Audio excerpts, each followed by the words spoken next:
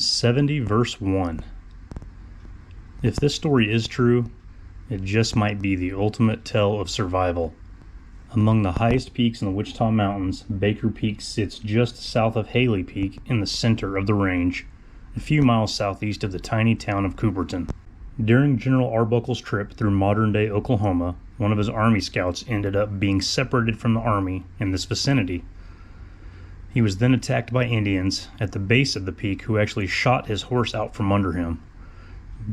Private Baker, the scout, managed to work his way to the summit of the 2,400-foot tall mountain.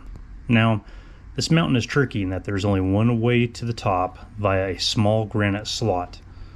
The Indians tried many ways to get to him, but every time one came within the scout's view, he shot him. They tried to even crowd up on him at times when he reloaded, but Baker would throw rocks at the aggressors.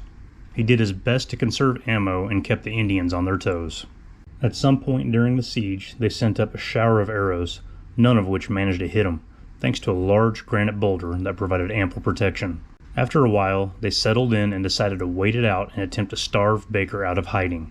The siege supposedly continued for 3 days. Meanwhile, the Army had moved on, camping several miles south of the peak. When Baker failed to return, a search party was deployed.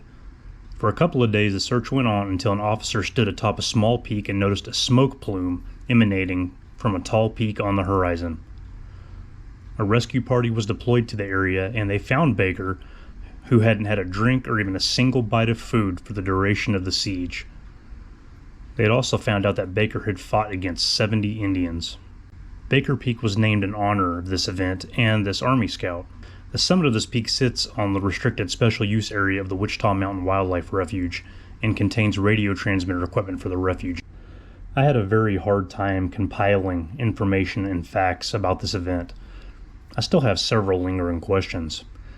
What was Private Baker's full name? Whatever happened to him? How many Indians actually perished? Where did the number 70 come from? What tribe were they from?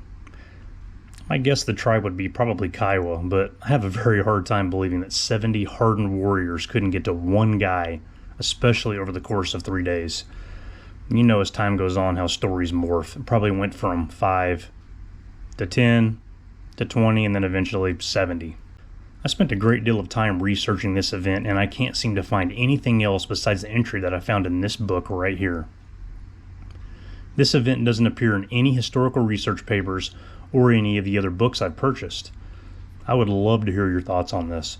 If anyone has any theories or any legit sourced info from this event, please comment below or reach out to me in my Facebook hiking group. Thanks for watching.